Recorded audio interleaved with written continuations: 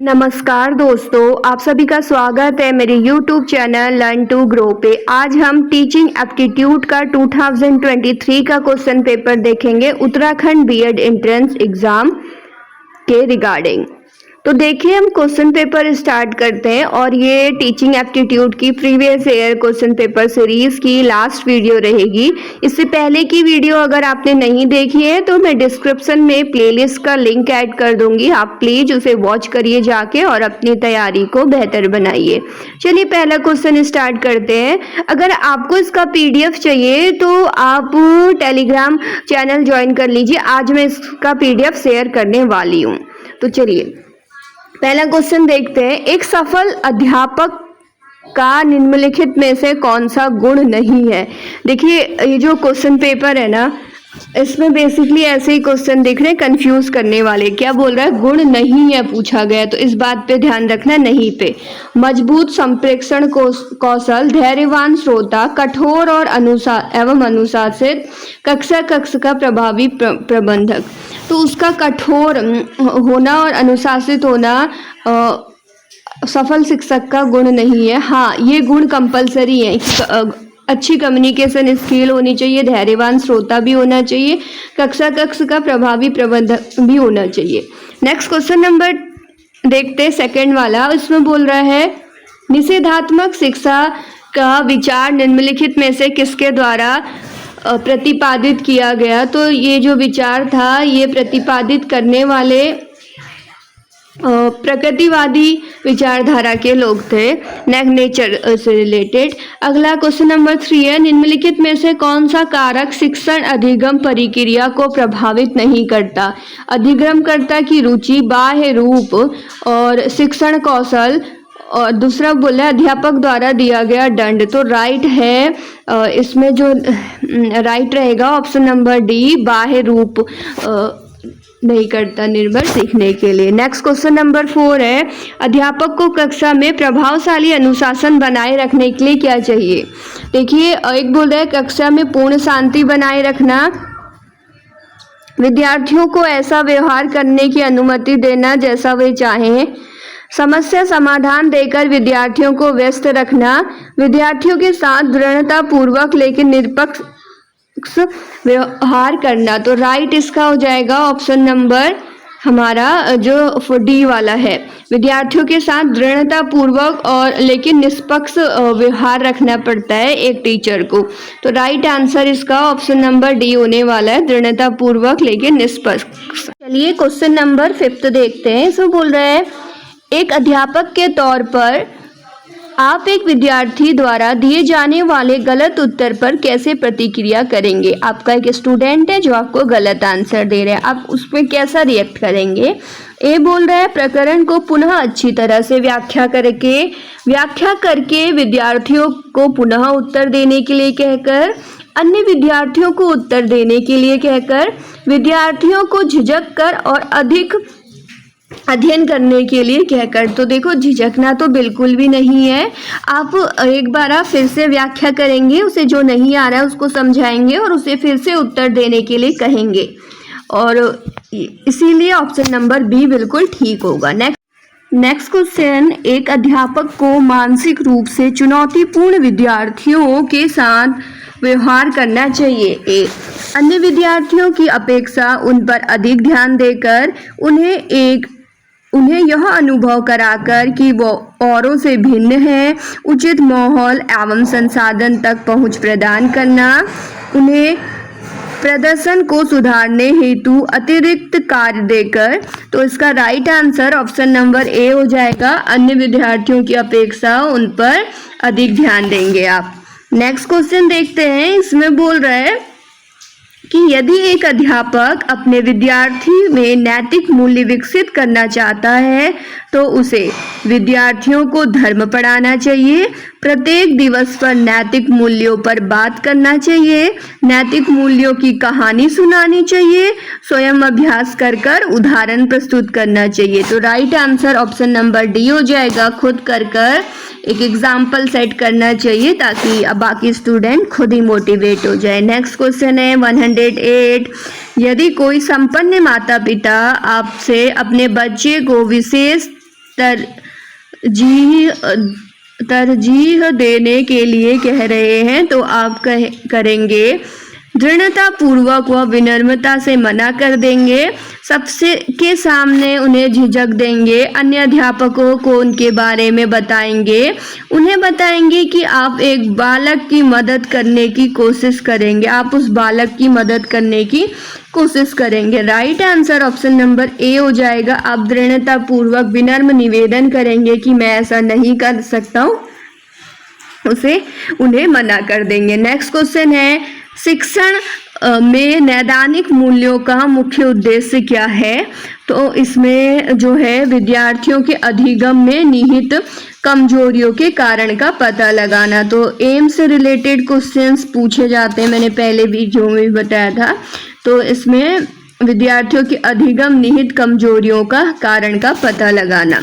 Next है, एक अध्यापक को किस प्रकार एक विद्यार्थियों के व्यवहार करना चाहिए जो उसके साथ बहस और दुर्व्यवहार करता है। ऐसे विद्यार्थी जो टीचर के साथ बहस और दुर्व्यवहार कर रहा है तो उसको टीचर को उसके साथ किस तरह से व्यवहार करना चाहिए। ऑप्शन ए, विद्यार्थियों को कक्षा छोड़ने के लिए कहना चाहिए, विद्यार्थी को बोलना चाहिए निकल जाओ क्लास से बाहर।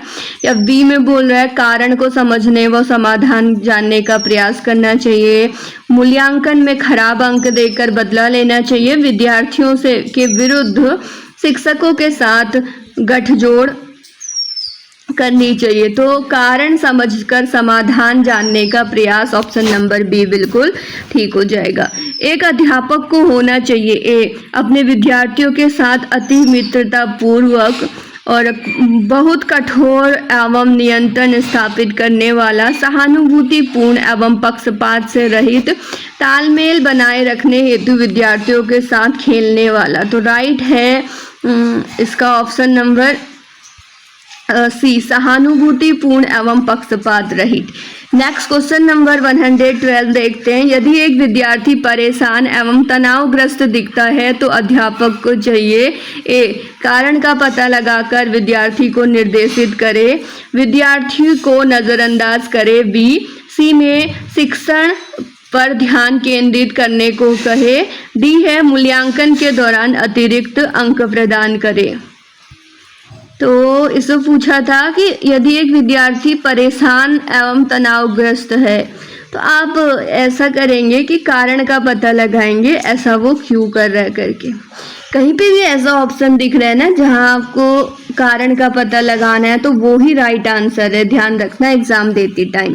नेक्स्ट क्वेश्चन की तरफ बढ़ते हैं। उसमें पूछा गया है, कक्षा में एक उत्सुक विद्यार्थी बार बार प्रश्न पूछता है, एक अध्यापक के तौर पर आप करेंगे उसके प्रश्न को नज़रअंदाज कर शिक्षण जारी रखेंगे, उसे दोबारा प्रश्न नहीं पूछने के लिए कहेंगे, उसे किसी अन्य अध्यापक को पूछने के लिए कहेंगे, एक खुली चर्चा में उसे प्रोत्साहित करेंगे। तो right answer option number D हो जाएगा, खुली चर्चा में उसे प्रोत्साहित करेंगे। नेक्स्ट क्वेश्चन है, शिक्षण का पहला पद है शिक्षण सामग्री को एकत्रित करना, पढ़ाई जाने वाली पाठ्य वस्तु के उद्देश्य की व्याख्या करना, विद्यार्थियों के बारे में जानना, डी है कि अगले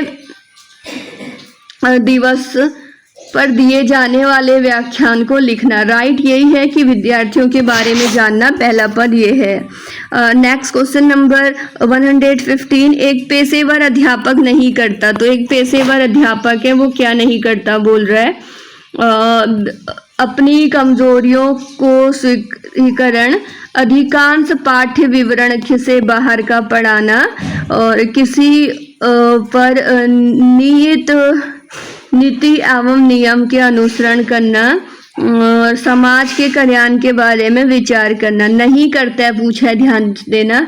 एक पेशेवर अध्यापक नहीं करता है बोले किसी भी नीति और नियम का अनुसरण।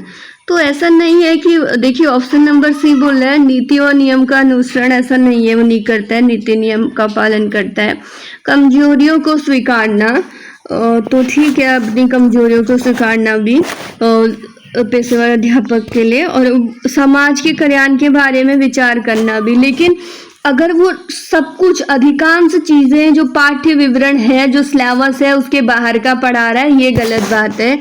ऑप्शन नंबर बी ठीक हो जाएगा। ध्यान से पढ़िएगा, क्वेश्चन को नहीं पूछा था, अभी की तरह हो जाएगा नहीं तो। नेक्स्ट देखते हैं, इसमें बोल रहा है कक्षा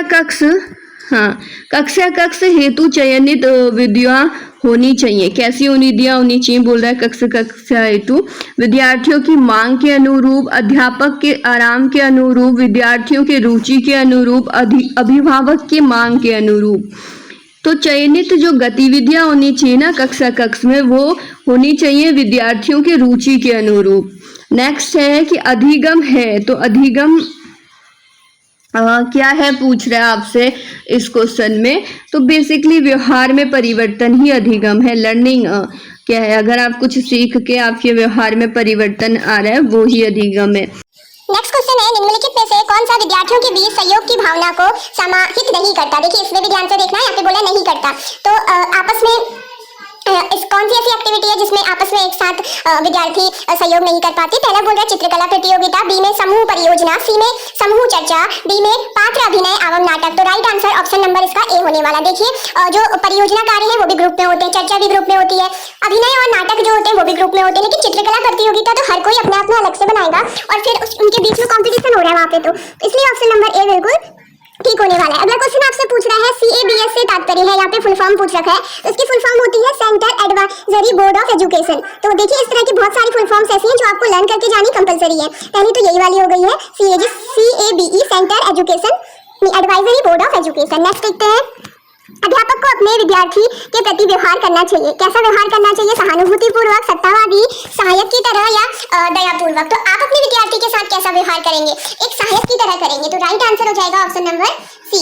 नेक्स्ट क्वेश्चन की तरफ बढ़ते हैं, इसमें देखते हैं क्या आपसे पूछा जा रहा है। चलिए देखते हैं, बोल रहा है एक अच्छी पाठ्य पुस्तक से बचती है। अगर एक पाठ्य पुस्तक अच्छी है तो उससे क्या चीज बचती है पूछ रहा है। तो इसमें जो लैंगिक पूर्वाग्रह है वो वाला ऑप्शन बिल्कुल ठीक हो जाएगा। एक तरह से अंधविश्वास की बात यहाँ पे की गई है, वो चीज बचती है उससे। तो right answer option number B हो जाएगा।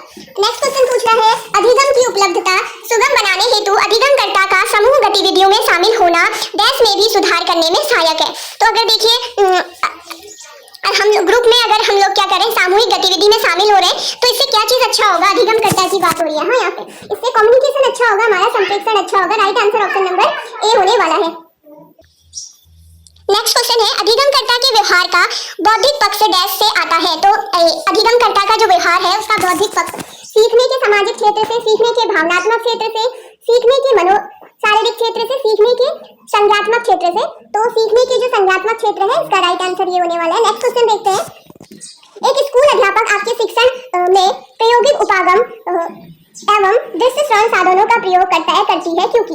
तो देखिए अगर एक अध्यापक अपने शिक्षण में टीचिंग में क्या कर रहा है, जैसे सामग्री का यूज कर रहा है, श्रवण दृश्य सामग्री का, तो ऐसा करने से क्या होगा? प्रभावी अधिगम हेतु अधिकतम इंद्रियों का उपयोग करती है।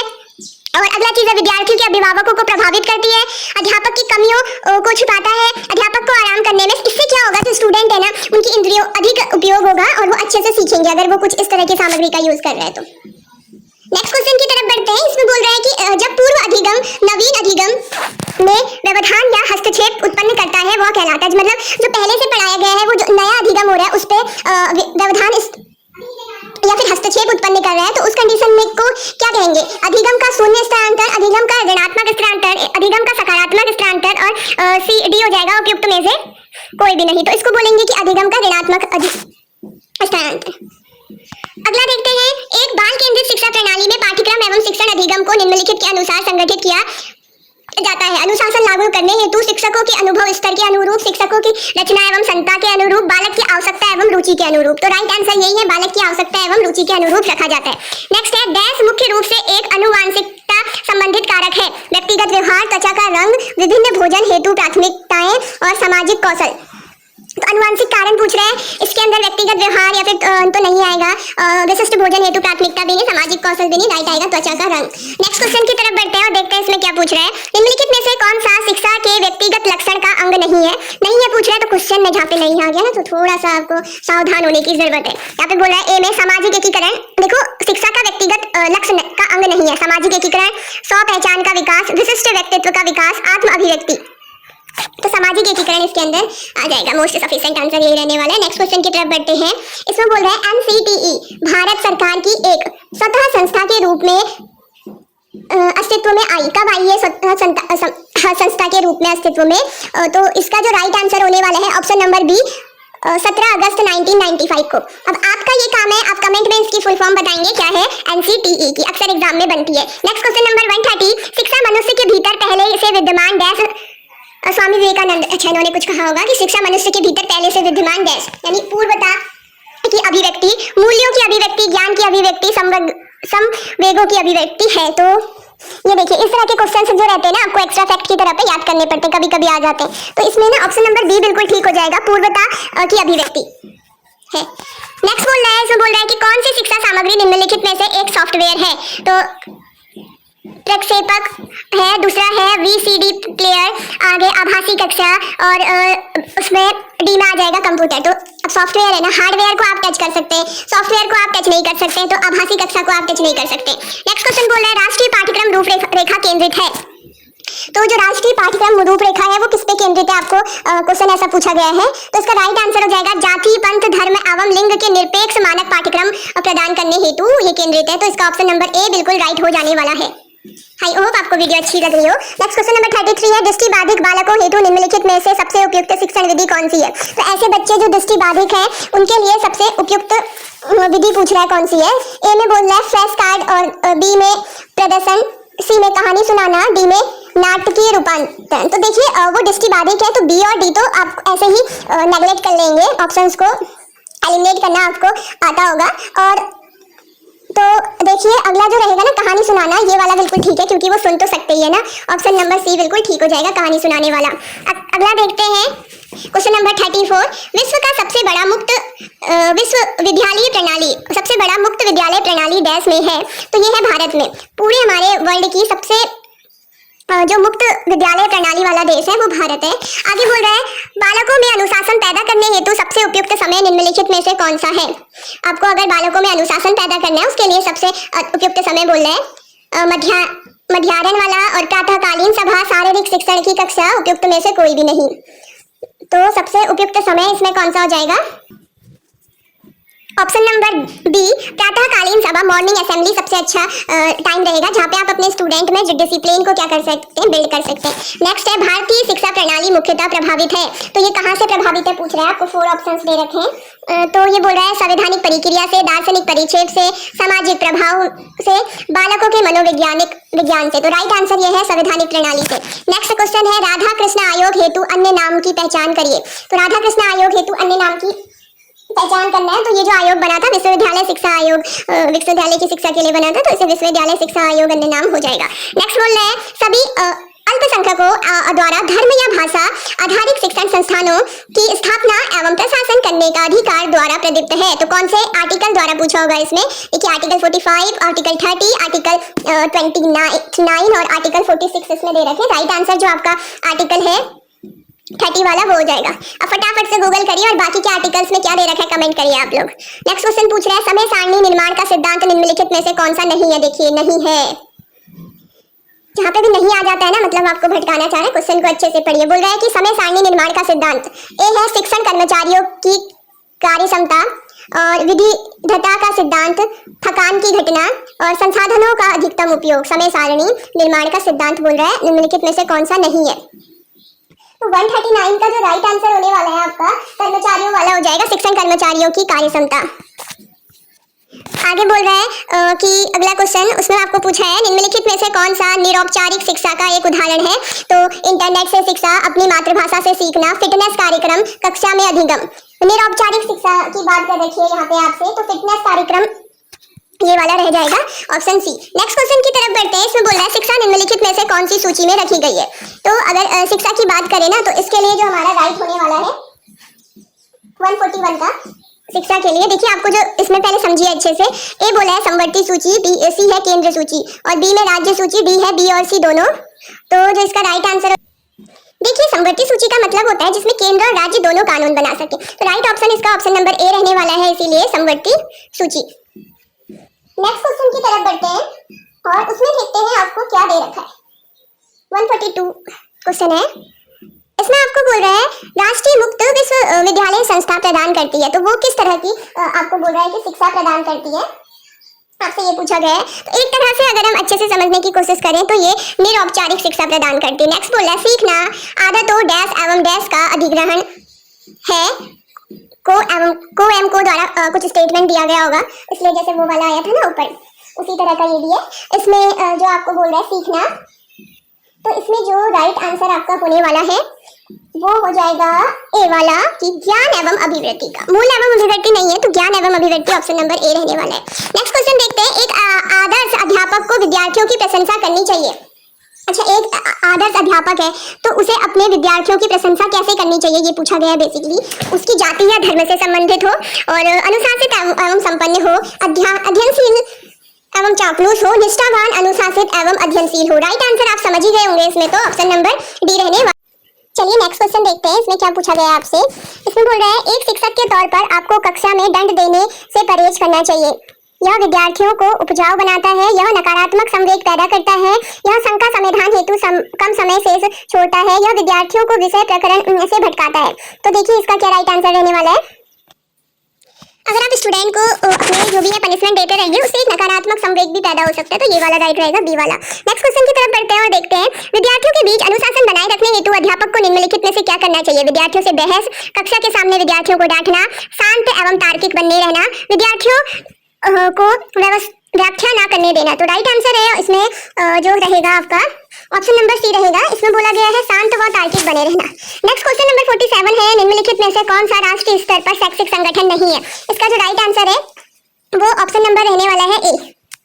बाकी सारे आपके क्या है शैक्षिक संगठन है जिनकी फुल फॉर्म आप कमेंट में कमेंट करेंगे क्या होती है। मैं इसमें जो ऑप्शन नंबर ए है इसकी फुल फॉर्म आपको बताती हूँ। बेसिकली ये एक पावर प्रोजेक्ट है नेशनल लेवल का और ना कि किसी टीचिंग बोर्ड से रिलेट करता है, इसीलिए ये इसका राइट ऑप्शन रह जाएगा एनटीपीसी। एनटीपीसी की फुल फॉर्म होती है नेशनल थर्मल कोऑपरेटिव बोर्ड,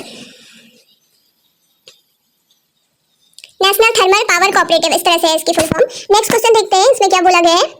इसमें आपको बोला है निम्नलिखित में से कौन सी समिति ने सामाजिक उपयोगी उत्पादक कार्यों की प्रस्तावना रखी थी। तो इसका राइट आंसर हो जाएगा आपका इस तरह के क्वेश्चंस में देखिए आप पास 4 ऑप्शन है, आपको 4 की 4 समिति के बारे में पता रहना चाहिए। तो आप लोग यहाँ पे इसमें आंसर से अगर रिलेट कर पाएंगे तो समझ पाएंगे इसका राइट आंसर क्या है करके।